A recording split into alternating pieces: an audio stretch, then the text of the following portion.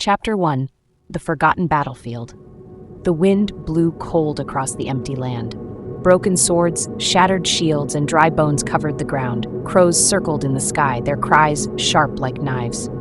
In the middle of the field, a woman slowly opened her eyes. Her name was Olivia. Her skin was pale but unscarred, her hair long and black, flowing in the wind.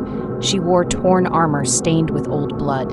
She sat up, confused, because the battlefield looked silent, too silent. "How long have I been here?" she whispered to herself. Her hands trembled as she touched the ground. The soil was dry, the blood on it turned black. She remembered the clash of swords, the screams of dying men, and then nothing. She should have been dead with the rest of them, but she wasn't. She stood, her eyes scanning the desolate landscape. The silence around her felt heavy, almost alive. Looking down at her armor, she saw deep cuts across her chest and stomach, wounds that should have killed her, yet they were closed. Only scars remained.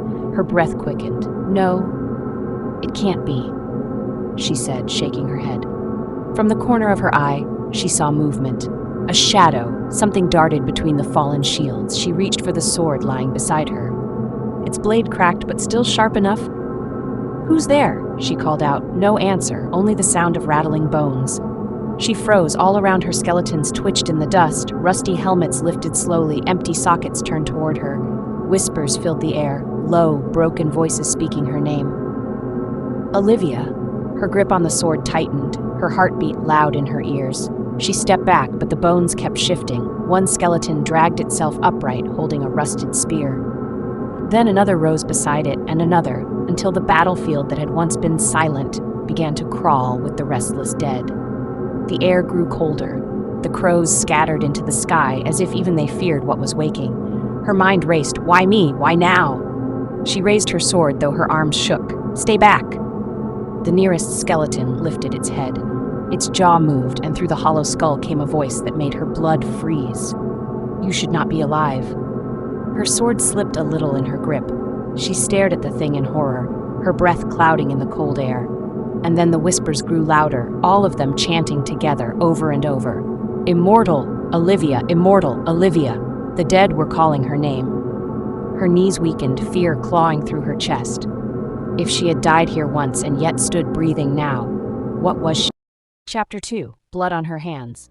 She left the cursed battlefield behind her, her cracked sword dragged against the ground as she walked. The whispers faded, but the silence of the dead stayed heavy in her mind. Her legs were weak, but something stronger than pain pulled her forward. She needed to see home. She needed to know if anything remained of the life she once lived. By nightfall, she reached the edge of the community. The huts were smaller than she remembered. The fires burned low, hidden under clay pots, as if the people were afraid to be seen. Shadows of men, women, and children gathered in a circle. They were whispering, not loud, not laughing, only whispering like those on the battlefield. At the center, she saw it, a line of stones, each marked with blood and flowers. She stepped closer, her chest tight. Names were scratched into the stones, the names of warriors, the names of the dead. Her eyes caught one stone, bigger than the rest. The mark carved on it made her stomach twist. It was her own name. Olivia. She froze, staring at it. The people bowed their heads, mourning silently. She heard one old woman speak. "Though we are slaves now, though they chain us and break us, tonight we remember our brave, tonight we honor the fallen." The crowd whispered, "The fallen." Her throat burned, her name written in stone, her death already honored. Yet here she stood. She stepped into the circle of firelight. The villagers lifted their heads. At first, they thought the smoke was playing tricks with their eyes, but when they saw her face, pale and scarred, their whispers turned to gasps. A child pointed with shaking hands. "Grandmother, look, it's her!" The old woman's eyes went wide. She fell to the ground, trembling. "No, no, it cannot be. She is dead. We buried her." The others stumbled back, some covering their faces, others clutching one another in fear. "It's her ghost," a man whispered.